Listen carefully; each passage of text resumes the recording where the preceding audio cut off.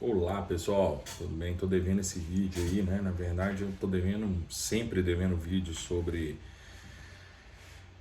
os bastidores do Cruzeiro, as análises. Hoje eu vim falar sobre a questão do estádio em Betim. É muito difícil, né? Eu demorei muito, porque eu tava esperando sair mais detalhes e pior que saíram detalhes e ficou tão obscuro quanto antes, né? A primeira coisa que eu acho que nós, como torcedores aí, temos que ficar satisfeitos com essa proposta.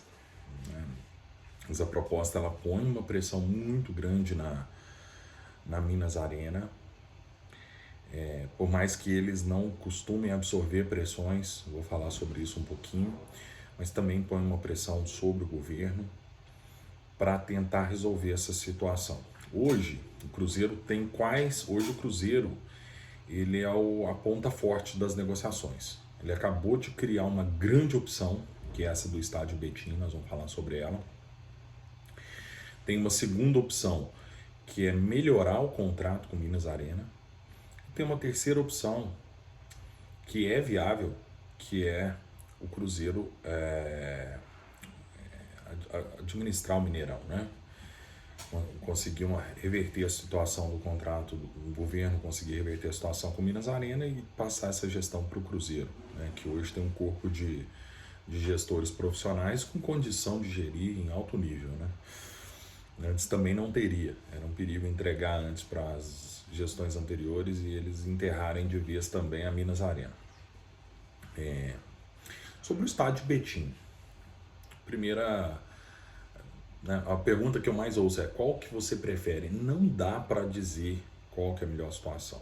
Parece que a de Betim é melhor, mas ela ainda precisa estar mais clara. Por exemplo, eles falaram em um bônus, uma luva para o Cruzeiro de 150 milhões de reais. Isso aí já é fantástico. Agora, isso é o quê? Né?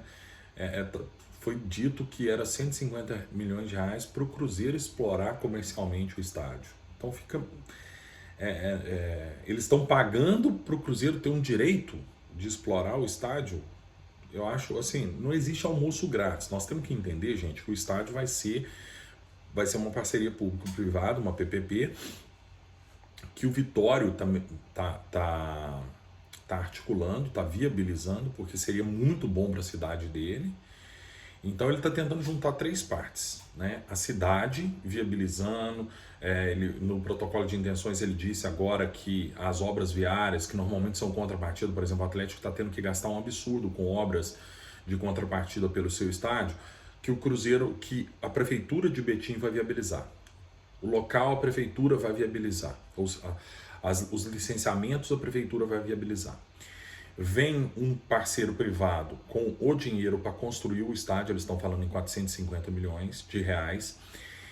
Obviamente que eles estão investindo para ganhar dinheiro, então eles vão focar nas receitas que eles vão poder gerar no estádio nos 300 e poucos dias que vão ser deles.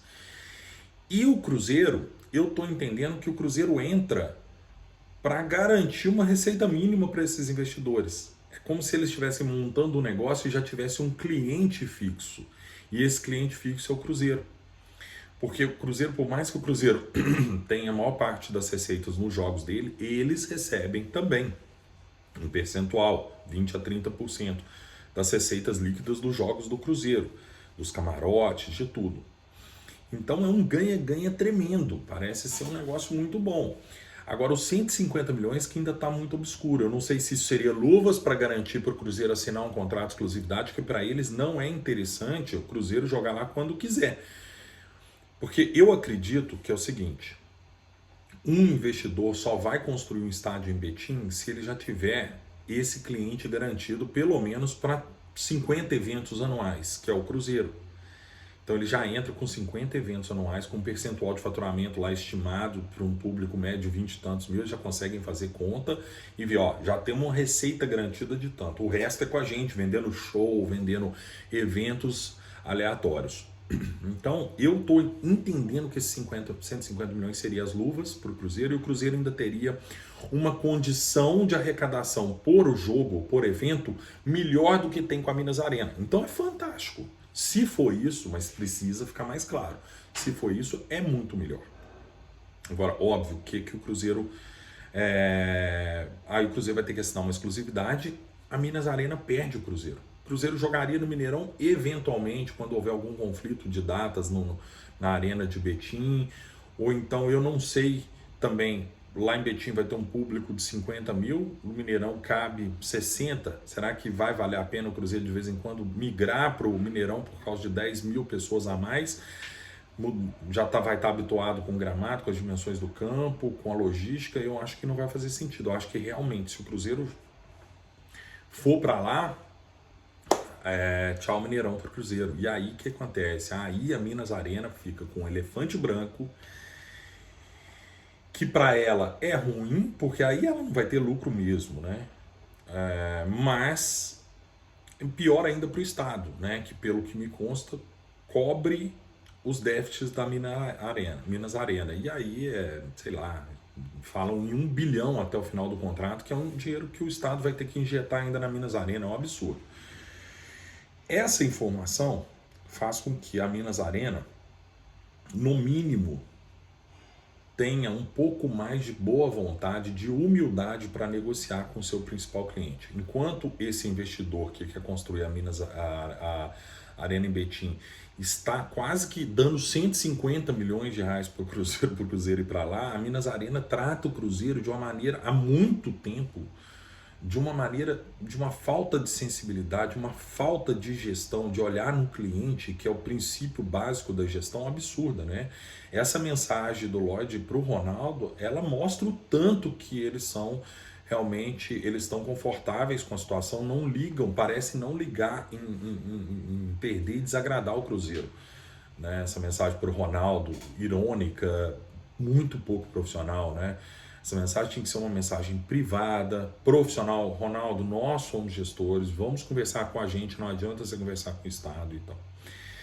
Agora, eu não duvido nada de o Estado tentar arrumar um outro player para bancar essa multa rescisória com a Minas Arena, porque exatamente esse perfil da Minas Arena de não se preocupar em gerar lucro, ele significa que o Estado vai ter que ficar pagando.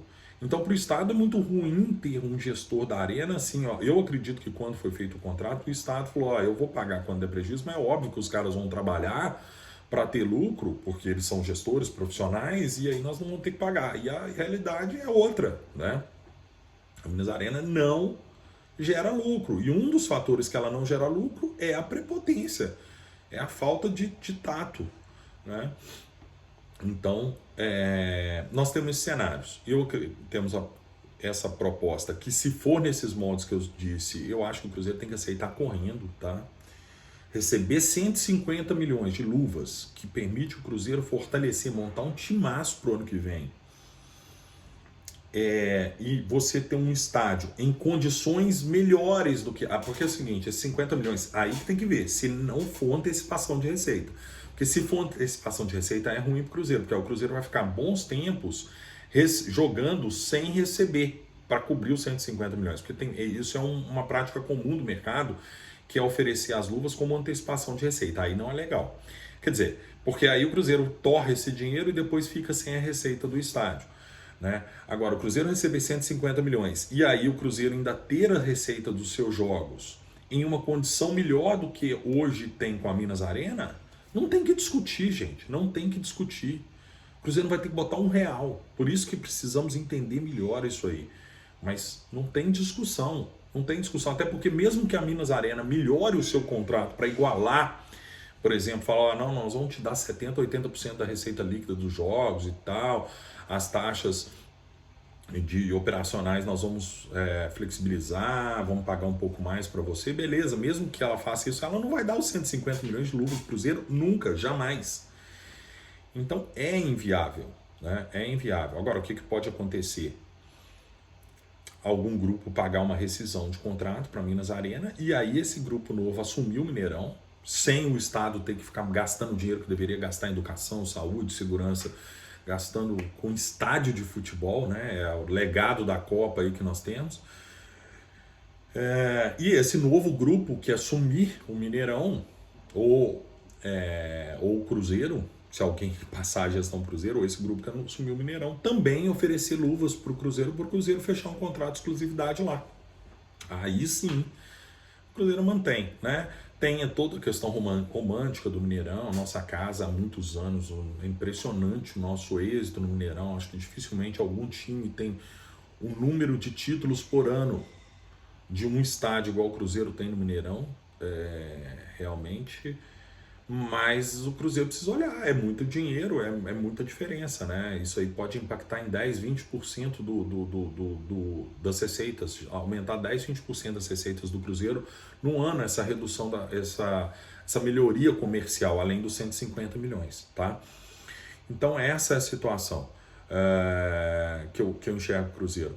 Só dando um pitaco, né, com relação... A situação é tão boa lá em Betim, você comparando com a situação do Atlético, o Atlético teve, para construir o seu estádio, o Atlético teve que abrir mão de metade do seu shopping, que gerava uma receita considerável anual para ele, né? O estádio acabou ficando muito mais caro do que o previsto. O Atlético está tendo que gerar muita contrapartida, e aí o Atlético, para poder viabilizar esse estádio, já teve que antecipar a receita de name rights, que já vendeu para a MRV, já vendeu uma quantidade enorme de cadeira cativa. Isso, gente, mostra, o que mostra? Muito atleticano gosta de falar, nossa, isso como uma força, mas isso que acontece, o Atlético vai deixar de receber esse dinheiro. Vamos supor que o Atlético vendeu 10 mil cadeiras cativas. São 10 mil pessoas que, quem compra cadeira cativa é torcedor presente. São 10 mil pessoas que vão deixar de gerar receita para o Atlético, que gerariam receita por muitos anos. Isso é uma antecipação de receita. Se eu não me engano, já entrou alguma coisa de estacionamento também. Então o Atlético teve que antecipar muita receita. O Cruzeiro não. Então vamos supor, o Cruzeiro, a receita que o Cruzeiro vai fazer no estádio em Betim vai ser muito maior que a receita, vamos botar em público e ticket médio pareado, tá? Um jogo que o Cruzeiro tiver 30 mil pessoas vendendo ingresso a R$100 e o Atlético tiver 30 mil pessoas vendendo ingresso a R$100, o Cruzeiro vai ganhar muito mais, porque o Cruzeiro vai ganhar dos 30 mil integrais. O Atlético vai ganhar só dos 20 mil, porque ele já antecipou receita. O Cruzeiro provavelmente, tem que entender melhor o contrato, vai ganhar do estacionamento. O Atlético provavelmente não vai ganhar do estacionamento. O Cruzeiro vai ganhar dos camarotes. O Atlético já antecipou muita receita de camarote, já vendendo também.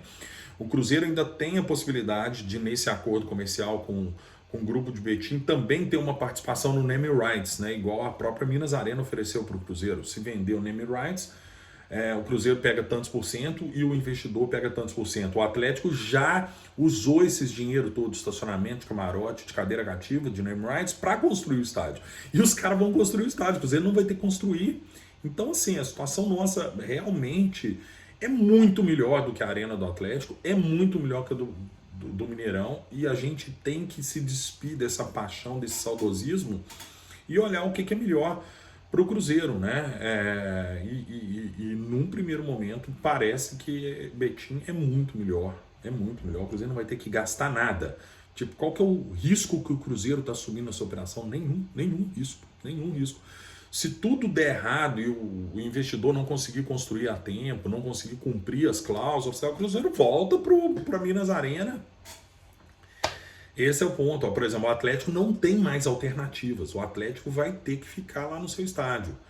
E o Atlético fala, mas nós diminuímos o patrimônio com o shopping, aumentamos o patrimônio com o estádio. Quem vai comprar o estádio do Atlético? Nunca.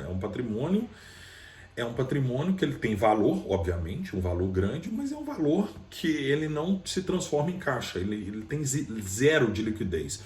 Por exemplo, terrenos, o próprio shopping é uma liquidez absurda. O Atlético levantava a mão, vendia o shopping e fazia uma grana violenta. O estádio acabou. O Cruzeiro hoje, com a organização do Ronaldo, vai ter a liquidez dos seus terrenos todos ali, organizando tudo.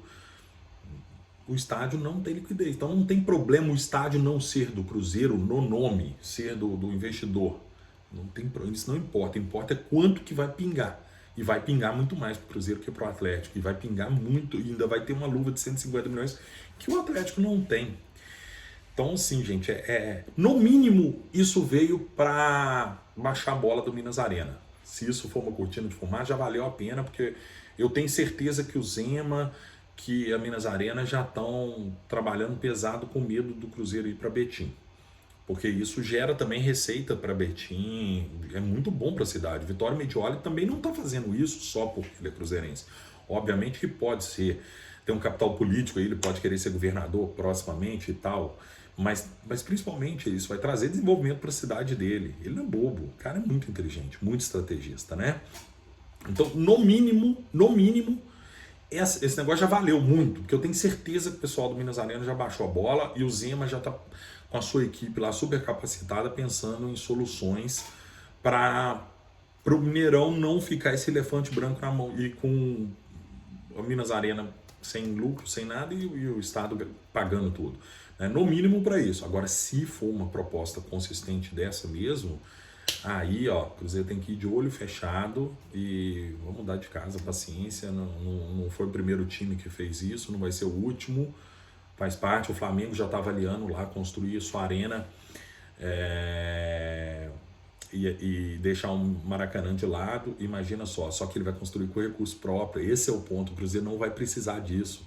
E o Cruzeiro tem o Vitório Medioli organizando tudo, captação de investidor do Vitório Medioli. Tá muito favorável. Isso dele falar que as contrapartidas Betim vai arcar, os licenciamentos, tudo organizado por Betim, isso é muito relevante.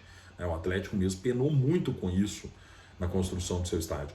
Então, gente, são notícias boas. Os ventos estão muito positivos para o Cruzeiro, né? Eu acredito muito na lei do retorno. Eu acho que o Cruzeiro, enquanto estava na mão de pessoas mal intencionadas e ou incompetentes, tudo convergia para as coisas darem erradas, né? É só olhar no campo de futebol. Na minha opinião, honesta opinião, o time que o Cruzeiro tem, o elenco que o Cruzeiro tem hoje, ele não é tão melhor do que os dos anos anteriores para o Cruzeiro ter uma disparidade tão grande na tabela desse ano com relação aos 2 últimos anos. O problema é que ano passado, os outros anos, era uma bagunça, troca de técnico toda hora, não dava padrão de jogo, salários atrasados, ninguém respeitava a presidência, porque a presidência prometia uma coisa e não cumpria, falava demais, fazia de menos, muita gestão de PowerPoint e pouca atitude, e agora não, agora é prática, né? Agora o Ronaldo tá lá dando força, tem o respeito dos jogadores, chega no vestiário, todo mundo quer tirar foto com ele, antes e o presidente falar, o povo queria bater no presidente, né? Então, gente, os ventos estão soprando a favor, dentro de campo, fora de campo. As dívidas não estão esgoelando o Cruzeiro por causa do regime centralizado de dívidas permitido pela SAF, que foi uma questão fantástica. E estamos indo, cara. Vamos subir, vamos voltar para o nosso lugar de direito e quem sabe com um estádio novo, com 150 milhões no bolso e com uma condição comercial muito melhor que a do Mineirão. Tá bom? Gente, curta meu canal, curta o post, ative notificações, comente, vamos trocar ideia aí. Vou postar no Instagram também, né? Professor Júlio Reis, aqui no YouTube, Júlio Reis 78. E vamos conversando. Um abraço, com Deus.